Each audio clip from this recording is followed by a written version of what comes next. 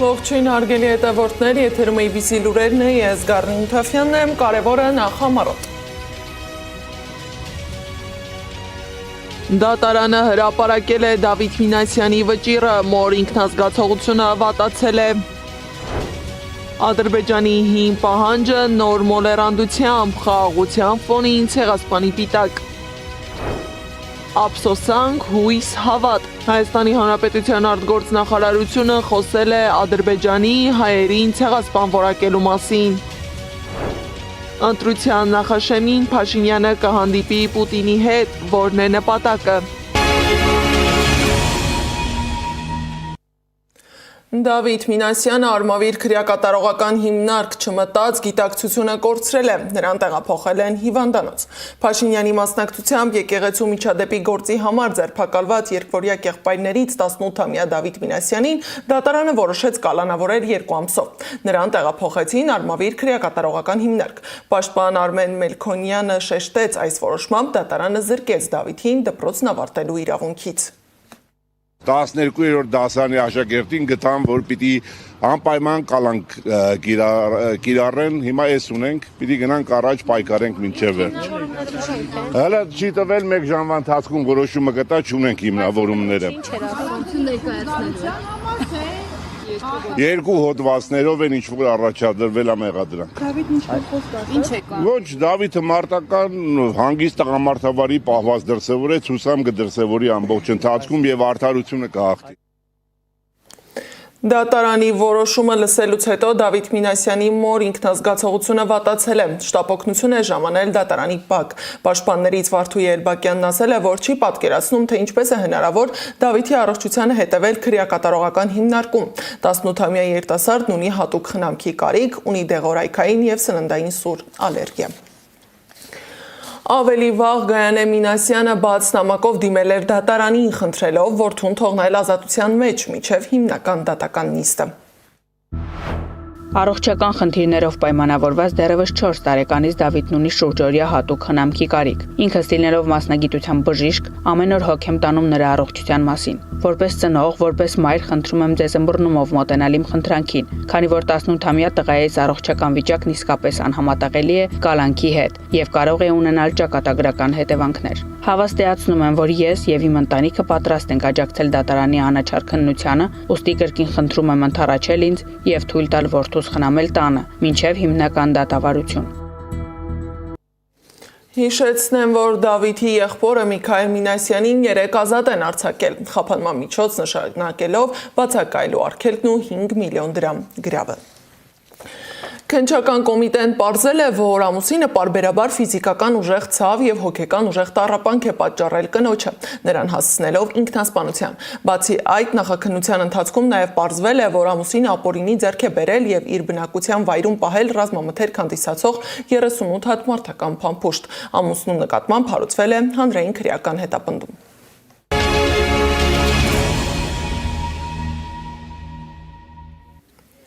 Խաղաղության մասին հայտարարությունների ֆոնին հին մեղադրանքները վերադառնում են նոր ձևակերպումներով։ Ադրբեջանի պաշտոնական խոսույթում կրկին շրջանառվում է նույն թեզը՝ հայերին ներկայացնել ցեղասպանություն իրականացրած կողմ, ընդ որում արդեն պետական մակարդակով ու առավել կոշտ շեշտադրումներով։ Ինչ է փոխվել այս անգամ, ինչու են ակտիվացրել այս մեղադրանքները հենց այս փուլում եւ ինչպես են դրանք առնչվում տարածաշրջանում ձևավորվող խաղաղության օրակարգին, Անիա Բաղյանն է ներկայացնում։ Խաղաղությունը այսօր արդեն դե յուրե հաստատված է։ Մինչ Հայաստանի վարչապետը նման պնդումներ է անում, Ադրբեջանի մարդու իրավունքների պաշտպանն ու արտաքին գործերի նախարարությունը հայերին մեղադրում են ցեղասպանություն իրականացնելու համար։ Սա չի հակասում արդյոք Ալիևի եւ Փաշինյանի խաղաղության օրակարգին։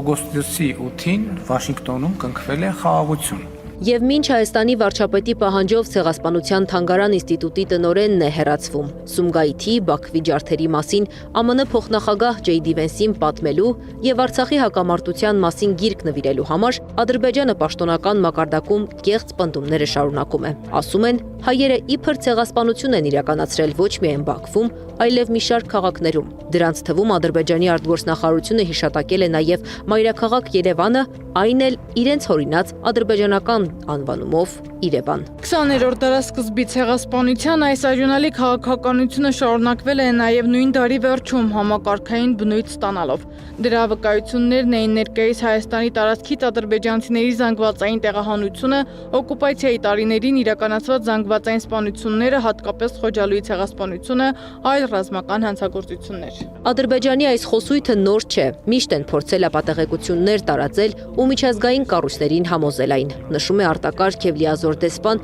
Վահրամ Կաժոյանը։ Ադրբեջանագետ Տաթև Հայրապետյանն էլ զուգահեռներ է տարել Հայաստանի եւ Ադրբեջանի ղեկավարների քաղաքականությունների միջև եւ նկատել. Ոչ տարօրինակ զուգադիպությամբ, որքան տգետ, վտանգավոր, ցինիկ ու հակագիտական ձևակերպումներ եւ քայլեր է անում Հայաստանի ղեկավարությունը հայոց ցեղասպանության, Արցախում տեղի ունեցած էթնիկ զտման եւ մեր ամրագրված իրավունքների առնչությամբ, այնքան հանդուգն եւ համառ է դառնում Ադրբեջանի ղեկավարությունը մեզ եւ մեր պետությունը ցեղասպան ֆաշիստ դարձնելու պատմական կեղծարարության հարցում։ Վահրամ Կաժոյանն էլ հաստատում է, Ադրբեջանի գործիքը նույնն է, պետական մակարդակով ապատեղեկություն են տարածում, մինչդեռ հայերի արձագանքելու ոչն է փոխվել։ Եթե կարողանանք պատասխան տալ ուղղորեն հավաստի փաստերով, իսկ այդ հավաստի փաստերը կան, պատմական բոլոր արձանագրությունները իհարկե մեր օգտին են, տեղեկատվություն կա ամեն ինչի վերաբերյալ եւ Ադրբեջանի կեղծ տեղեկատվությունը չպետք է անցնի, սակայն դրան իսկապես ինչպես ասեք, պետք է հուշկու հարված տալ, հուշկու հակապատասխաններ ներկայացնել, հակապաստարկներ ներկայացնել։ Այդ փաստարկների մասին քաղաքագետ Ստեփան Հասանջալալյանն ու Գեղարդ գիտավերլուծական հիմնադրամն են խոսել։ Հիմնադրամը հիշեցրել է հենց 1918 թվականին Գիրդադյուլ բնակավայրում հայերի ջարդերի մասին։ 1918 թվականի իրադարձությունները ճակատագրական են եղել եւ Գիրդադյուլ գյուղի եւ ընդհանրապես Արևելյան Այսրկովկասի ամբողջ հայության համար։ Տարածաշրջան ներխուժած օսմանյան զորքերը միանալով տեղի թյուրքական ուժերի հետ կոտորել են տարածաշրջանի հայությանը։ Գիրդադյուլ գյուղի բնակիչները 1918 թվականի հուլիսին ստիպված տեղափոխվել են հայկական Վանք գյուղ եւ տեղի եւ հայկական այլ գյուղերից այդտեղ ապաստան գտած հայերի հետ միասին 4 օր շարունակ դիմադրելով թուրք-թաթարական զորքերին։ Սակայն Գիրդադյուլի հայ բնակչության մեծ մասը կոտորվել է 1918 թվականի ամռանը տեղի ունեցած իրադարձությունների ժամանակ։ Քաղաքագետն էլ Շուշիի ջարդերն է հիշատակում։ 1920 թվականի մարտին զինաթափման անվան տակ կոտորել են խաղաղ բնակչությանը, չխնայելով անգամ կանանց ու երեխաներին, իսկ հայկական թաղամասը գրեթե ամբողջությամբ հրկիզել են։ Ինչու այս մասին չհիշատակեց Հայաստանի արտգործնախարարությունը եւ լռության դիմաց Ադրբեջանից ստացավ այսպես կոչված ցեղասպանության ճանաչման պահանջը։ Ես ուզում եմ հիշեցնել, որ այդ թվականին Շուշիում ապրում էր մոտավորապես 44000 մարդ, որից մոտավորապես 24000-ը հայեր էին, 20000-ը պարսիկներ, լեռնային մահմեդականներ։ Իրականացված ցեղասպանության հետևանքով հայերի թիվը կտրուկ նվազել է եւ կազմել մոտավորապես 5000 մարդ։ Եվ այդ ցեղասպանությունը, որը Շուշիում իրականացվել է, սա ոչ միայն ոչրագործություն է եղել հայ ազգի նկատմամբ, այլև մարդկության դեմ ուղղված հանցագործություն։ Ի շարունակություն հայերի ցեղասպանությանն Արցախի Սառնախբյուր գյուղում ադրբեջանցիները սպանել են երեխաների, բռնազավթել Արցախն ու հայաթափել հայերին։ Դեռ 2002-ին Եվրոպայի խորհրդի ռասիզմի եւ անհանդուրժողականության դեմ եվրոպական հանձնաժողովն Ադրբեջանի վերաբերյալ իր զեկույցում արձանագրել է, որ ադրբեջանական հասարակության մեջ այսօր լայնորեն տարածված է բացասական տրամադրվածությունը հայերի նկատմամբ։ Իսկ ՄԱԿ-ի ռասայական խտրականության վերացման կոմիտեի 2022 թվականի սեպտեմբերի 22-ին Ադրբեջանի 10-ից 12-րդ պարբերական հաղորդումների վերաբերյալ հրապարակած եզրափակիչ դիտարկումների համաձայն Ադրբեջանում առկա է ռասայական ատելության հրահրում եւ ռասիստական կարծրատիպերի տարածում հայ ազգային կամ էթնիկ ծագում ունեցող անձանց նկատմամբ։ Բացի այդ, դպրոցական դասագրքերը խթանում են նախապաշարմունքները եւ հրահրում ռասայական ատելություն, հատկապես էթնիկ հայերի նկատմամբ։ Այն վերահաստատում է Ադրբեջանը, գերեվարության մեջ պահելով Արցախի ղեկավարներին, քանդելով ու ջնջելով հայկական հետքը հայկական Արցախում։ Ադրբեջանի օմբուդսմենը փոխանակ պաշտպանի Ադրբեջանում գտնվող ռազմագերիների քաղաքապետարների շահերը եւ թույլ չեն տալիս Ռուբեն Վարդանյանի հետ կապ հաստատի եւ կարողանա բարձրաձայնել իր խնդիրները, իր հանդեպ անմարդկային վերաբերմունքի հարցերը, նման պատմական խեղաթյուրումներով է զբաղվում, ինչը բնականաբար ընդհանուր քաղաքական գծի մասն է, դրա համար նաեւ Ադրբեջանի արտգործնախարարությունը նույն թեման վեր է հանում։ Պետք է իհարկե նշել, որ իրականությունը խիստ այլ է։ Ինչպես է արձագանքում Հայաստանի արտգործնախարարությունն Ադրբեջանից հնչող այս հայտարարություններին։ Դեռևս չի արձագանքում։ Անի Աբաղյան, Աշոտ Բարբարյան, ABC Media։ Իսկ արտաքին գործերի նախարարությունն ինչպես է մեկնաբանում Ադրբեջանի մարդու իրավունքների պաշտպանի եւ արտգործնախարարության հայտարարությունները, այն չի հակասում արդյոք խաղաղության օրակարգին։ Հարցում էինք ուղարկել արտգործնախարարություն, գերատեսչության խոսքով տասնամյակների պատմություն ունեցած հակամարտության ընթացքում ձևավորվել են թշնամական ոչ հավաստի նարատիվներ, որոնք ցավալիորեն դեռ շարունակվում են գործածվել նաեւ պետական մակարդակով։ Արտգործնախարարությունը հույս ունի, որ Հայաստանի եւ Ադրբեջանի միջև հաստատված խաղաղությունը ոչ միայն կծառայի երկու պետությունների եւ հասարակությունների միջև կայուն խաղաղ համակեցությանը եւ բարիդրացիական հարաբերությունների ձևավորմանը, այլև վերջ կդնի մտածածին թեզերի գոյությանն ու կբացառի ատելության խոսքը։ Նիկոլ Փաշինյանն այսօր աշխատանքային այցով կմեկնի Մոսկվա, որտեղ կհանդիպի Ռուսաստանի նախագահ Վլադիմիր Պուտինի հետ։ Կրեմլի հաղորդմամբ հանդիպման ընթացքում կքննարկեն հայ-ռուսական ռազմավարական գործընկերության ընթացքը, զարգացման հեռանկարները, նաև եվրասիական տարածքում ինտեգրացիոն գործակցությանը ու տարածաշրջանային օրակարգին առնչվող հարցեր։ Կրեմլի հայտարարությունից հետո այցը հաստատել է նաև պաշտոնական Երևանը։ Սա Նիկոլ Փաշինյանի այս տարվա առաջին այցն է Ռուսաստան։ Ռուսական կոմերսանտ պարբերականը գրել է, որ հայ-ռուսական հարաբերություններում կան խնդիրներ։ Դրանց թվում են Երևանի եւ Մոսկվայի դիրքորոշումների տարբերությունները, նաեւ Հայաստանի իշխանության եւ հայ առաքելական եկեղեցու միջև եղած հակասությունները։ Հունիսի 7-ին Հայաստանում նախատեսված խորհրդարանական ընտրություններից առաջ Ռուսաստանի հետ հարաբերությունները կլինեն ընտրարշավի հիմնական հարցերից մեկը։ Սա ստիպում է Նիկոլ Փաշինյանին ակտիվացնել կապերը Մոսկվայի հետ իր դեմ ուղղված հակառուսական քաղաքականության մեղադրանքները կարգավորելու համար։ Այնուամենայնիվ, չնայած Երևանի հաշտեցման հռետորաբանությանը, երկու երկրների միջև հարաբերություններում նյարդայնացնող գործոնների թիվը շարունակում է աճել։ Հայաստանը փաստացի դադարեցրել է իր անդամակցությունը ՀԱՊԿ-ին, չի հրաժարվել ԵԱՏՄ անդամակցությունը Եվրամիությանը միանալու ծրագրի հետ համատեղելու գաղափարից, ինչը սկզբունքորեն անհնար է, եւ շարունակում է ցուցադրական մերձեցումը Ռուսաստանին անբարյացակամ տրամադրված եվրոպական պետությունների հետ։ Ավելին, Հայաստանի ներսում հունիսի 7-ի խորհրդարանական ընտրությունների մոտենալուն զուգընթաց լարվածությունն աճում է, իսկ Ռուսաստանի հետ դաշնակցային հարաբերությունների վերականգնման կողմնակից ընդդիմությունը հետապնդվում։ Միջազգայնագետ Մենուա Սողոմոնյանի կարծիքով այս այցը կապ ունի առաջիկա ընտրության հետ։ Նրա խոսքով Փաշինյանը փորձում է հասկանալ, թե ընտրությունից առաջ ինչ տրամադրություն է Ռուսաստանի Դաշնությունում եւ ունի արդյոք Մոսկվայի աջակցությունը։ Նա գնացել է Մոսկվա ճշգրտելու Մոսկվայի, մասնավորապես Պուտինի վերաբերմունքը իր նկատմամբ եւ առաջիկա ընտրությունների հետ կապված։ Դա ցույց է տալիս, որ Փաշինյանի այն մեծախոսական, պոռոտախոսական այն հայտարարությունները, որ Հայաստանի Հանրապետությունը հիմա ավելի քան երբևէ ինքնիշխան է, ավելի քան երբևէ անկախ է, ազատագրված է գաղութացման լծից եւ այլն, չեն համապատասխանում բացարձակ իրականությանը։ Դա ուղիղ հակասում է ժողովրդի շրջանում իր կողմից, իր մտերիմների, մերձավոր շրջապատի իր հետ ասոցացվող տարբեր գրպանային քաղաքական գործիչների, տարբեր լրատվամիջոցների, ազդեցության կենտրոնների կողմից տարածվող շրջանառվող հակառուսականությանը։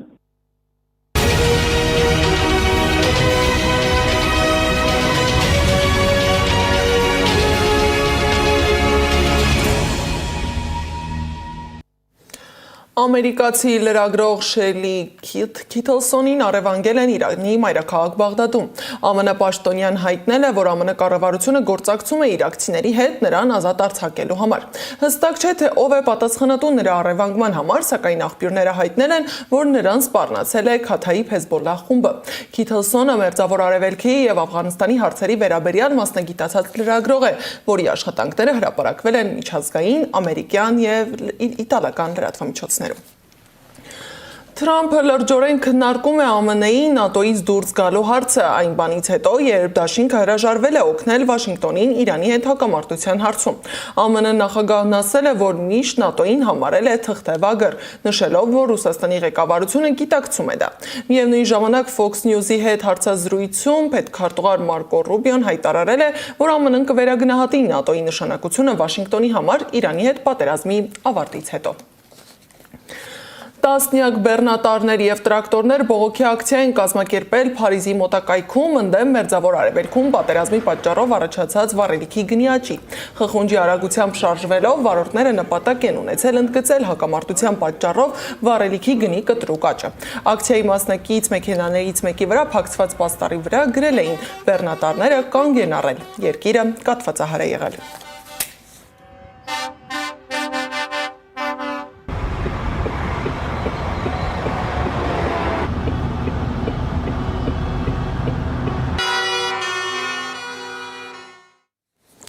Կրեմլի խոսնակ Պեսկովն էլ հայտարարել է, որ Զելենսկին պետք է արդեն որոշում կայացնի Դոնբասից Ուկրաինայի զինված ուժերի դուրսբերման վերաբերյալ։ Նրա խոսքով այդ որոշումը կարող է բազմաթիվ կյանքեր փրկել եւ վերջ դնել պատերազմի թեժ փուլին։ Միջազգային լուրերը ռեպորտաժում։ Մենք չենք ընդունի զինադադար, մենք պահանջում ենք պատերազմի ամբողջական ավարտ։ Ալ Ջազիրային տված հարցազրույցում ասել է Իրանի արտգործնախարար Աբբաս Արաղչին։ Նա նշել է, որ շարունակում է ուղերձներ ստանալ Միացյալ Նահանգների բանագնաց Սթիվ Ուիթքոֆից, սակայն դա չի նշանակում, որ մենք բանակցում ենք։ Ուղերձները ներառում են նախազգուշացումներ եւ տեսակետների փոխանակում։ Իրանում Ռուսաստանի դեսպանն ասել է, թե որտեղ է գտնվում Իրանի նոր գերագույն հոգևոր առաջնորդ Մոջտաբա Խամենեին։ Նա գտնվում է Իսլամական Հանրապետությունում, բայց հանրության առաջ չի հայտնվում։ Ավելի վաղ Թրամփն ասել էր, որ կարծում է Իրանի նոր առաջնորդը կամ ծանր վիրավոր է, կամ մահացած։ Եթե վառելիք չունեք Հորմուզի նեղուցի փակ լինելու պատճառով, ապա քաջություն հավաքեք, գնացեք նեղուց եւ վերցրեք այն, հայտարարել է Միացյալ Նահանգների նախագահ Թրամփը, կրկին հիշեցնելով եվրոպական երկրներին, որ նրանք չեն օգնել իրեն Իրանի դեմ պատերազմում։ Դուք պետք է սկսեք սովորել պայքարել ինքներդ ձեզ համար։ ԱՄՆ-ն այլևս ձեզ չի օգնելու, ինչպես դուք չօգնեցիք մեզ։ Իրանը ըստ էության ջախջախված է, ամենաբարդն արդեն անցյալում է։ Գնացեք ու ձեր սեփական նավթը ձեռք բերեք, գրել են ասոցցանցում։ Միացյալ Նահանգները կվերանայի ՆԱՏՕ-ի հետ հարաբերություններն Իրանի հետ պատերազմից հետո, ասել է Միացյալ Նահանգների պետքարտուղար Մարկո Ռուբիոն Ալ Ջազիրա հեռուստաալիքին տված հարցազրույցում։ ՆԱՏՕ-ի դաշնակիցների պահվածքն Իրանի դեմ պատերազմին աջակցելու հարցում շատ հիասթափեցնող էր, եւ Վաշինգտոնը կվերանայի դաշինքի հետ իր հարաբերությունները ռազմական գործողության ավարտից հետո, ասել է նա։ Միացյալ Նահանգները սպառնում է ուժով լուծել Հորմուզի նեղուցի հարցը, հուսով եմ դա կհաջողվի, հայտարարել է Իսրայելի վարչապետ Բենյամին Նեթանյահուն։ Իրանը պետք է զրկվի այս լծակից, հավելել է նա։ Իսրայելի պաշտպանության բանակը պլանավորում է ընդլայնել վերահսկողության գոտին Լիբանանի հարավում։ Գործողության ավարտին մեր բանակը կտեղակայվի Լիբանանի տարածքում գտնվող անվտանգության գոտում հակատանկային հրթիռներից պաշտպանական գծի երկայնքով եւ վերահսկողություն կպահպանի ամբողջ տարածքում, մինչեւ Լիտանի գետը, ասել է Իսրայելի պաշտպանության նախարար Իսրայել Կացը։ Իսպանիան դատապարտել է պաղեստինցիների նկատմամբ մահապատժի կիրառումը, որն ընդունել է Իսրայելի խորհրդարանը։ Սա ասիմետրիկ միջոց է, որը չի կիրառվելու նույն հանցագործությունները կատարած իսրայելցիների նկատմամբ։ Սա արդարադատություն չէ, սա եւս մի քայլ է դեպի մարդկության դեմ ուղղված հանցագործություն, հայտարարել է վարչապետ Պեդրո Սանչեսը։ Հիշեցնենք, որ Իսրայելի խորհրդարանն ընդունել է իսրայելցիների սպանության համար դատապարտված պաղեստինցիներին մահապատժի ենթարկելը թույլատրող օրենք։ You know, in my career, I've recorded a lot of birthday messages.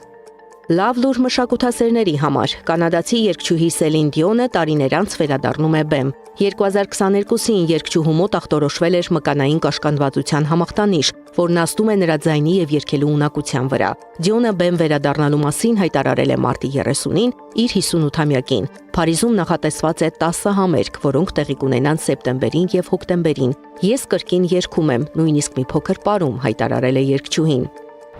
Իր պատմության մեջ առաջին անգամ Եվրատեսիլը սկսում է մրցույթի ասիական տարբերակը։ 10 երկիր արդեն հայտարարել է իր մասնակցության մասին, իսկ եզրափակիչը տեղի կունենա նոյեմբերին Թայլանդում։ Մրցույթը կհեռարձակվի մասնակից երկրների հեռուստաալիքներով, սակայն գլխավոր հեռարձակողը կլինի Թայլանդի Channel 3-ը, որը նոյեմբերի 14-ին կհյուրընկալի եզրափակիչը Բանգկոկում։ Զարա Սարգսյան, Նոնա Գևորգյան, ABC Media։ Կցանկանայի կարտնանալ Հոգվարցի շենքում եւ ձեր նախաճաշը վայելել նույն վայրում, որտեղ Հարի Փոթերն ու նրա ընկերները։ Եթե այո, ապա ձեր բախտը բերել է։ Այժմ այցելուները կարող են գիշերել այն շենքում, որտեղ նկարահանվել է շատերի սիրելի ֆիլմաշարը, սկսած 95 ֆունտ ստերլինգից։ Ֆիլմաշարի տեսարանների մեծ մասի նկարանման համար որպես տարածք գործածվել է Օքսֆորդի համալսարանի Christ Church College-ը։ Զատկի տոներին եւ ամառային արձակուրդների ընթացքում այցելուները քոլեջում կարող են սենյակ ամրագրել։ Այն առաջարկում է սենյակներ 1 կամ 2 անձի համար։ Այս ժամի համար նախատեսել էինք այսքանը, շարունակեք հետևել մեզ YouTube-ում, Facebook-ում, Telegram-ում, WhatsApp-ում, Instagram-ում ու TikTok-ում կամ այցելեք մեր պաշտոնական կայք www.abcmedia.am։ Ժամը 18-ին եթերում կլինի ABC Newsroom-ը, իմ գործընկեր Աննա Սարգսյանը կներկայացնի օրվա գլխավոր թեմաները։